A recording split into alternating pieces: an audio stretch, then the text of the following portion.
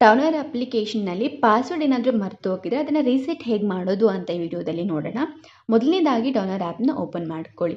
Open ಮಾಡ್ಕೊಂಡಿದ ನಂತರ language ಕಾಣಿಸ್ತಿದೆ ಅಲ್ವಾ, ಲ್ಯಾಂಗ್ವೇಜ್ ಬಟನ್ ಮೇಲೆ ಕ್ಲಿಕ್ ಮಾಡಿಕೊಂಡು ಸಣ್ಣ ಆ್ಯರೋ ಮಾರ್ಕ್ ಕಾಣ್ತಿದಲ್ವ ಸೈಡಲ್ಲಿ, ಅದ್ರ ಮೇಲೆ ಕ್ಲಿಕ್ ಮಾಡ್ಕೊಂಡು ನಿಮಗೆ ಯಾವ ಲ್ಯಾಂಗ್ವೇಜ್ ಬೇಕೋ ಆ ಲ್ಯಾಂಗ್ವೇಜ್ನ ಚೂಸ್ ಮಾಡ್ಕೊಳ್ಳಿ. ನಂತರ ಕೆಳಗಡೆ ಲಾಗಿನ್ ಬಟನ್ ಮೇಲೆ ಕ್ಲಿಕ್ ಮಾಡಿ. ನೆಕ್ಸ್ಟ್ ಸ್ಕ್ರೀನ್ ನಿಮಗೆ ಈ ರೀತಿಯಾಗಿ ಓಪನ್ ಆಗುತ್ತೆ. ಅಲ್ಲಿ ನಿಮಗೆ ಲಾಸ್ಟಲ್ಲಿ ಫರ್ಗಾಟ್ ಪಾಸ್ವರ್ಡ್ ಅಂತ ಒಂದು ಆಪ್ಷನ್ ಕಾಣ್ತದೆ, ಲಾಗಿನ್ ಬಟನ್ ಕೆಳಗಡೆ ಅದ್ರ ಮೇಲೆ ಕ್ಲಿಕ್ ಮಾಡ್ಕೊಳ್ಳಿ. ನೆಕ್ಸ್ಟ್ ನಿಮ್ಮ ಫೋನ್ ನಂಬರ್ ಕೇಳುತ್ತೆ. ನೀವು ಯಾವ ಫೋನ್ ನಂಬರ್ ಯೂಸ್ ಮಾಡಿ ರಿಜಿಸ್ಟ್ರೇಷನ್ ಆಗಿದ್ರೋ ಆ ನಂಬರ್ನ ಅಲ್ಲಿ ಎಂಟರ್ ಮಾಡಿ ನಂತರ ಸಬ್ಮಿಟ್ ಬಟನ್ ಮೇಲೆ ಕ್ಲಿಕ್ ಮಾಡಿ. ನೆಕ್ಸ್ಟ್ ಸ್ಕ್ರೀನಲ್ಲಿ ನಿಮಗೆ ಹೊಸ ಪಾಸ್ವರ್ಡ್ ಕೇಳುತ್ತೆ. ಸೊ ನಿಮ್ಮ ಪಾಸ್ವರ್ಡ್ ನಿಮಗೆ ಇಷ್ಟ ಬಂದಂತಹ ಪಾಸ್ವರ್ಡ್ ನೀವು ಇಟ್ಕೋಬಹುದು.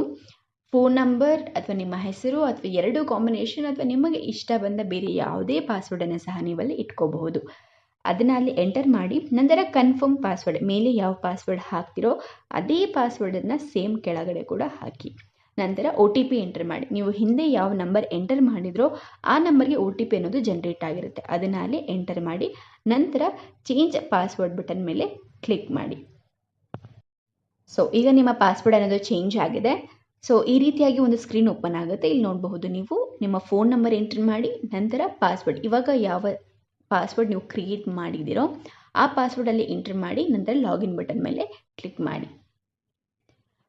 ತುಂಬ ಈಸಿಯಾಗಿ ಯಾವುದೇ ರೀತಿಯಂತಹ ತೊಂದರೆ ಇಲ್ಲ, ಯಾರ ಹೆಲ್ಪ್ ಕೂಡ ತಗೊಳ್ಳದೆ ನೀವು ನಿಮ್ಮ ಪಾಸ್ವರ್ಡನ್ನು ನೀವೇ ರೀಸೆಟ್ ಮಾಡ್ಕೋಬೋದು.